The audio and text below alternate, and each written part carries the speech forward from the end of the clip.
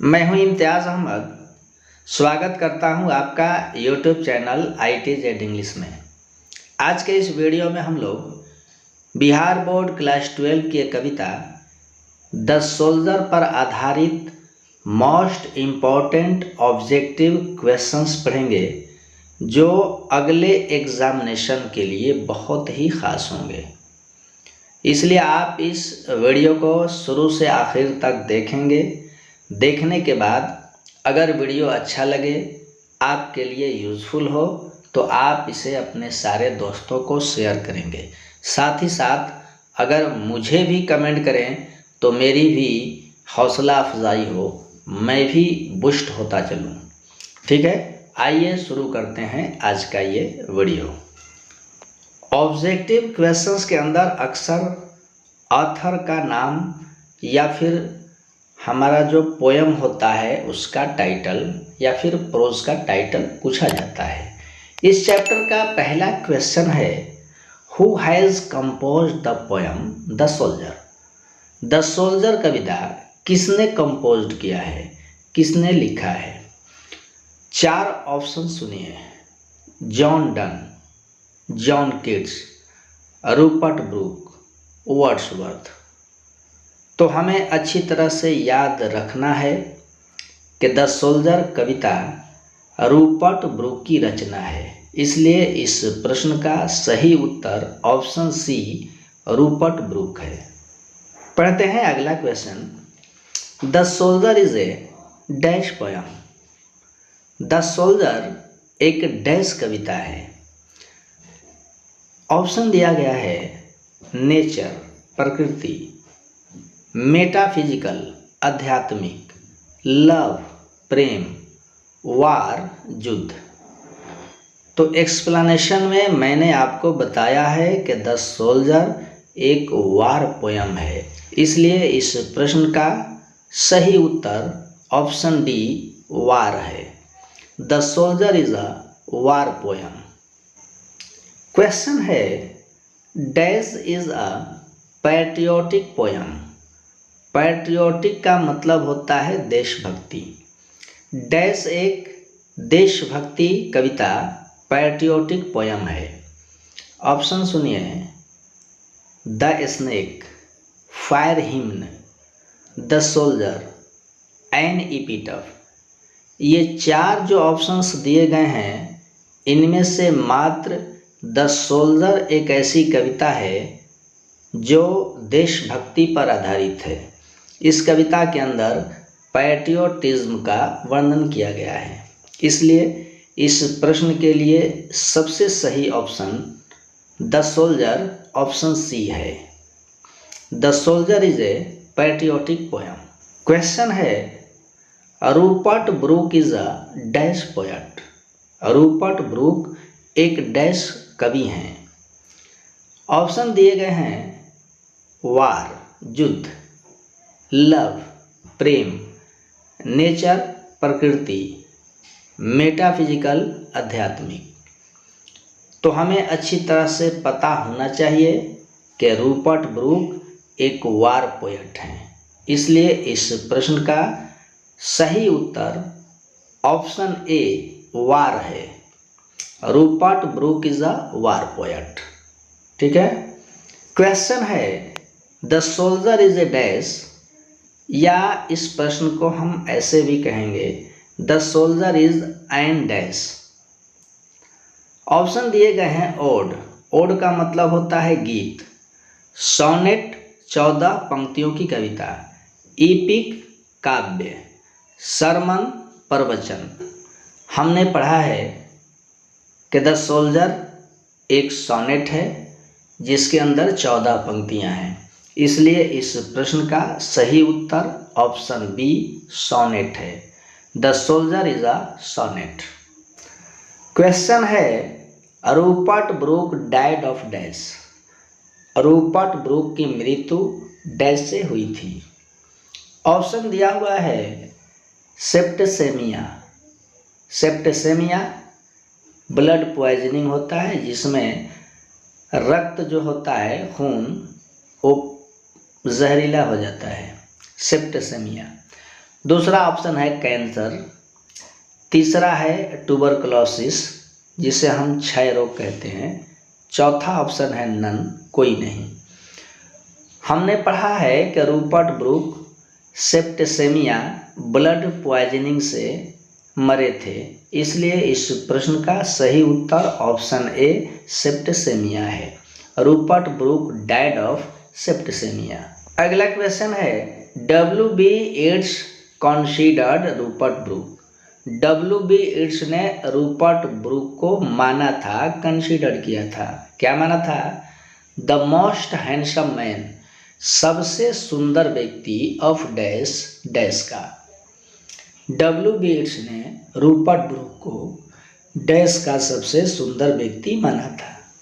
Options दिए गए हैं अमेरिका, ऑस्ट्रेलिया, इंडिया, इंग्लैंड। हमें अच्छी तरह से मालूम होना चाहिए कि W.B. येट्स ने रूपर्ट ब्रूक को इंग्लैंड का सबसे सुंदर व्यक्ति माना था, इसलिए इस प्रश्न का सही उत्तर डी इंग्लैंड है। W.B. Yeats considered Rupert Brooke the most handsome man of England. Question number 8 देखें। In the poem the soldier, soldier कविता में the word dust, dust is used for dash of a soldier. Soldier कविता में dust शब्द का प्रयोग एक सैनिक के डैश के लिए किया गया है, ठीक है। वहाँ आपने पढ़ा था कि अ डस्ट होम इंग्लैंड बोर, एक ऐसा डस्ट यानी कि कवि का मृत शरीर जिसको इंग्लैंड ने जन्म दिया था, आपने एक्सप्लेनेशन में पढ़ा है। अब ऑप्शन देख लीजिए। ऑप्शन दिया गया है द डेड बॉडी, मृत शरीर, द ग्रेव, कब्र, द ब्रेवरी, बहादुरी, नन, कोई नहीं। डस्ट शब्द का प्रयोग रूपर्ट ब्रूक ने the dead body of a soldier के लिए किया था, इसलिए इस प्रश्न का ऑप्शन ए सबसे सही उत्तर है। In the poem the soldier the word dust is used for the dead body of a soldier. इस प्रश्न का सही उत्तर the dead body option A है। In the poem the soldier the word dust is used for the dead body of a soldier. आइए पढ़ते हैं अगला question. Sonnet is a type of poem. Sonnet एक प्रकार की कविता होती है, written in dash lines, dash पंक्तियों में लिखी हुई। ऑप्शंस दिए गए हैं 12, 14, 16 और ये भी 16 हो गया है, सॉरी ये 16 नहीं, आप इसे 18 पढ़ेंगे, ठीक है। ऑप्शंस हो गए 12, 14, 16, 18। तो सोनेट में 14 पंक्तियां होती हैं, इसलिए इस प्रश्न का सही विकल्प ऑप्शन बी 14 है। Sonnet is a type of poem written in 14 lines. Question है Rupert Brooke was a soldier of dash world war. Rupert Brooke dash world war के सैनिक थे, ठीक है। ऑप्शन देखते हैं। पहला ऑप्शन है फर्स्ट वर्ल्ड वार, दूसरा ऑप्शन है सेकेंड वर्ल्ड वार, तीसरा ऑप्शन है both first and second world wars, चौथा ऑप्शन है नन, कोई नहीं। हमने पढ़ा है कि Rupert Brooke first world war के अर्ली फेज के सोल्जर थे जो इंग्लैंड के नेवी के सेना में शामिल थे, इसलिए इस प्रश्न का सही विकल्प ऑप्शन ए फर्स्ट है। Rupert Brooke was a soldier of first world war. पढ़ते हैं अगला question. A pulse in the eternal mind means. The soldier कविता के अंदर ये फ्रेज यूज किया गया है। एक बार फिर से इस फ्रेज का मतलब समझते हैं। इटर्नल का मतलब होता है शाश्वत, हमेशा से रहने वाला। माइंड का मतलब होता है मन और पल्स का मतलब होता है नब्ज, नाड़ी। इस फ्रेज का प्रयोग ऐसी मेमोरी के लिए किया गया है जो हमेशा हमेशा अलीव रहती है। ठीक है, अब देखते हैं option a vein in the mind. Mind में एक vein. A memory that remains alive forever.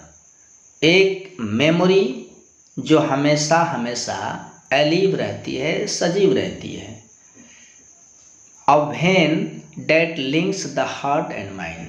एक वेन जो हार्ट और माइंड को लिंक करता है, जोड़ता है। ऑप्शन डी नन, कोई नहीं। A pulse in the eternal mind, इस फ्रेज का प्रयोग a memory that remains alive for ever के लिए किया गया है। इसलिए इस प्रश्न का सही उत्तर ऑप्शन बी है।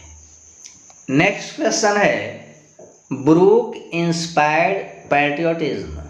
ब्रूक ने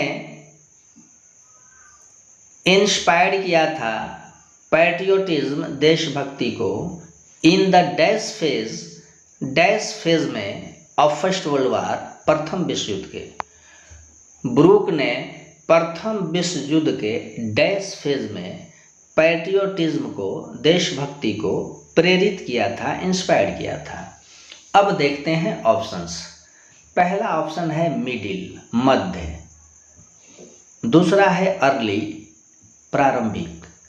तीसरा है लास्ट, अंतिम। चौथा है नन, कोई नहीं। रूपर्ट ब्रूक ने फर्स्ट वर्ल्ड वार के अर्ली फेज में पैट्रियोटिज्म को इंस्पायर किया था। इसलिए इस प्रश्न का सही विकल्प ऑप्शन बी अर्ली है। Brooke inspired patriotism in the early phase of the first world war. अब आइए पढ़ते हैं इस चैप्टर का अंतिम question. If I should die think only this of me is a line. If I should die think only this of मी एक पंक्ति है, इज ए लाइन एक पंक्ति है, टेकन फ्रॉम डैश, डैश से ली हुई। ऑप्शन समझिए। पहला ऑप्शन है फायर हिम्न, दूसरा ऑप्शन है द सोल्जर, तीसरा ऑप्शन है और टू एटम, चौथा ऑप्शन है नन, कोई नहीं। तो ये जो पंक्ति है ये द सोल्जर कविता से ली गई है, इसलिए ऑप्शन बी द सोल्जर इस प्रश्न का सही विकल्प है। If I should die think only this of me is a line taken from the soldier. ये रहा आपका द सोल्जर कविता पर आधारित संभावित ऑब्जेक्टिव क्वेश्चंस, जो 2023 के एग्जामिनेशन के लिए बहुत ही खास होगा। अगर इस चैप्टर से कोई प्रश्न पूछा जाता है तो मैं उम्मीद करता हूँ कि वीडियो देखने के बाद आप वह क्वेश्चन मिस नहीं करेंगे। फिर मिलता हूँ अगले वीडियो में आपके लिए कुछ और लेकर के।